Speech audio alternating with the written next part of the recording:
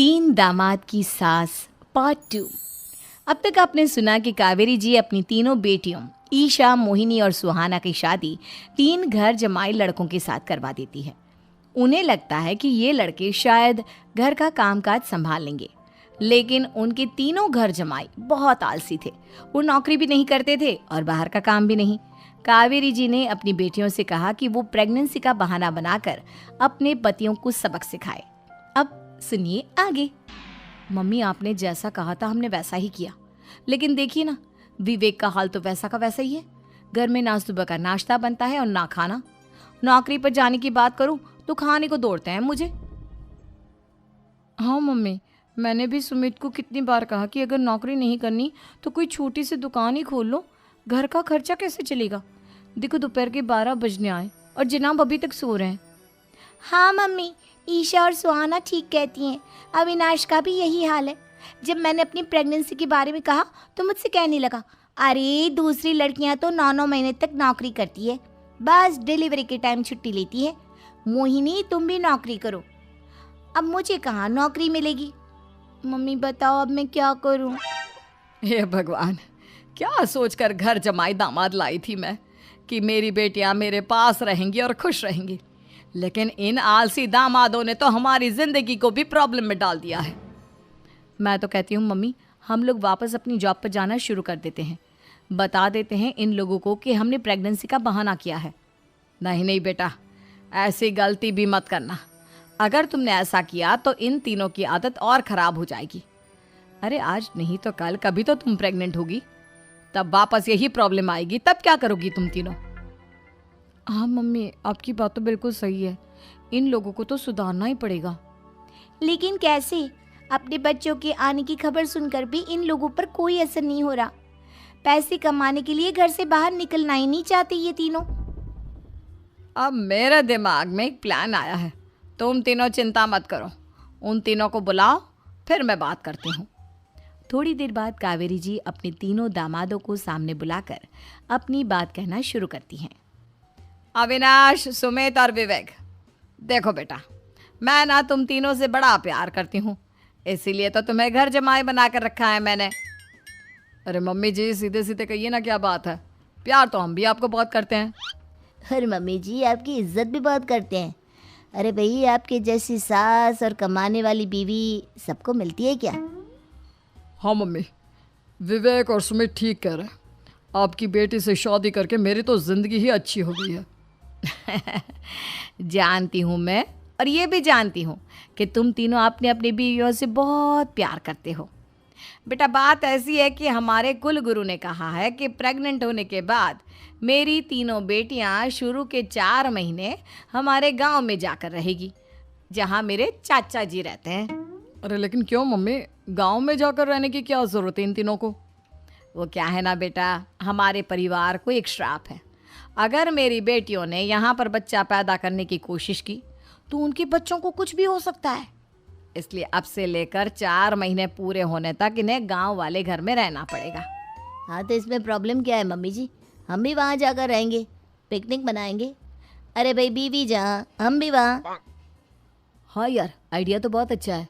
शहर की ज़िंदगी में रह रहकर परेशान हो चुके हैं, अब कुछ दिन गांव में बिताएंगे। तुम लोग समझने की कोशिश क्यों नहीं करते? तुम में से कोई भी वहाँ नहीं जा सकता, और मैं यहाँ रहूँगी ना तुम तीनों के साथ। 4 महीने की तो बात है, उसके बाद ये तीनों ही लौट कर आ जाएंगी।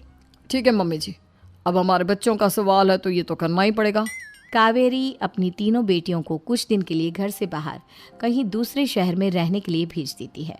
कुछ दिनों के बाद, अरे मम्मी जी, बहुत दिन से पिज्ज़ा नहीं खाया, मंगवाइए ना। क्या बताऊं बेटा, पहले तो बेटियां खर्चा दे देती थी क्योंकि उनकी नौकरी थी, लेकिन अब तो मेरे पास पैसे ही नहीं बचे। थोड़े बहुत पैसे हैं जो बच्चों की डिलीवरी में काम आएंगे। लेकिन मम्मी जी, आपकी बेटियों को वापस आने में तो अभी बहुत वक्त बाकी है। वही सोच सोच कर परेशान हो रही हूँ।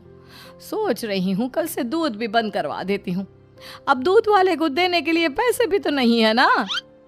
अरे नहीं नहीं मम्मी जी, अगर दूध भी बंद करवा दोगी तो मुझे चाय कहाँ से मिलेगी? और चाय के बिना मैं तो मर ही जाऊंगा। क्या करूं बेटा, इसके अलावा हमारे पास कोई ऑप्शन नहीं है, मेरे पास पैसे ही नहीं बचे। इस तरह कावेरी जी धीरे धीरे अपने तीनों दामादों को पैसे देना बंद कर देती हैं और घर में खाने पीने की चीजें लाना भी बंद कर देती है। अब वो तीनों बुरी तरह से परेशान होने लगे थे और इसलिए एक दिन तीनों प्लान करके घर से बाहर निकलते हैं और बाजार में जाने के बाद यार अच्छा खाना खाए हुए कितने दिन हो गए, पता नहीं कब अच्छा खाना मिलेगा। हमारी बीवियों के जाने के बाद तो हमारी हालत भिखारियों जैसी हो गई है यार। कुछ भी हो, मुझे तो आज पिज्ज़ा खाना ही खाना है। जेब में 1 रुपया नहीं और पिज्ज़ा खाएगा, कहाँ से आएंगे पैसे? अरे देख वहाँ सामने बोर्ड पर क्या लिखा हुआ है, कंप्यूटर पर काम करने के लिए एक आदमी की आवश्यकता है।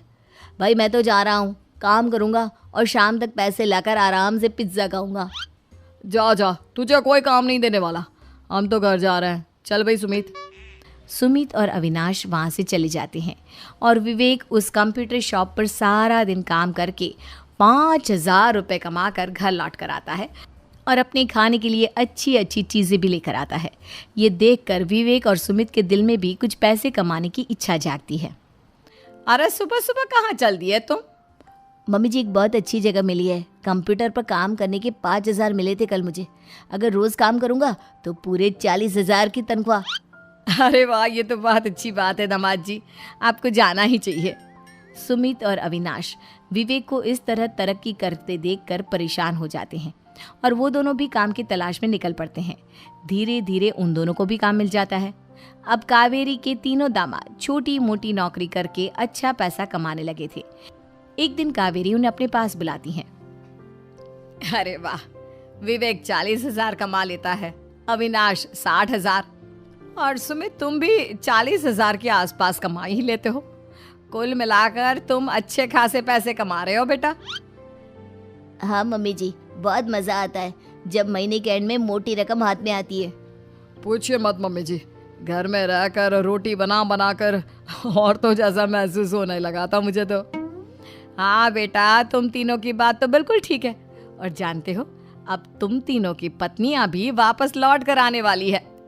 लेकिन मम्मी जी अभी तो उन्हें गए सिर्फ 2 महीने हुए हैं, आपने तो कहा था वो 4 महीने के बाद लौट कर आएंगी। ऐसा कुछ नहीं है बेटा, मैं सिर्फ तुम तीनों को सबक सिखाना चाहती थी कि आदमी घर में बैठकर बीवी की कमाई खाता हुआ अच्छा नहीं लगता। इस दुनिया में हर इंसान को मेहनत करनी चाहिए, काम करना चाहिए, चाहे वो औरत हो या आदमी, ताकि अपने परिवार को संभाल सके। कावेरी की बात सुनकर उन तीनों को अपनी गलती का एहसास होता है और कावेरी उन्हें सच बता देती है कि ईशा, सुहाना और मोहिनी शहर में ही कहीं दूसरी जगह रह रहे थे। शाम के वक्त उन तीनों की पत्नियां लौट कर आ जाती है और कावेरी जी का परिवार एक खुशहाल परिवार की तरह रहने लगता है।